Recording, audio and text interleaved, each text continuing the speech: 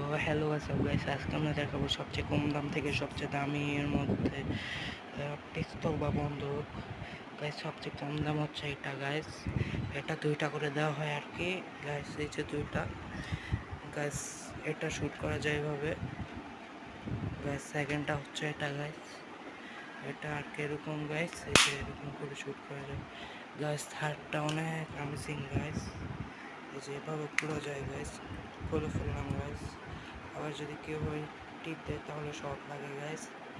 তারপরে অফ করে গাইস, এই যে এখানে 2টা বাটন আছে গাইস,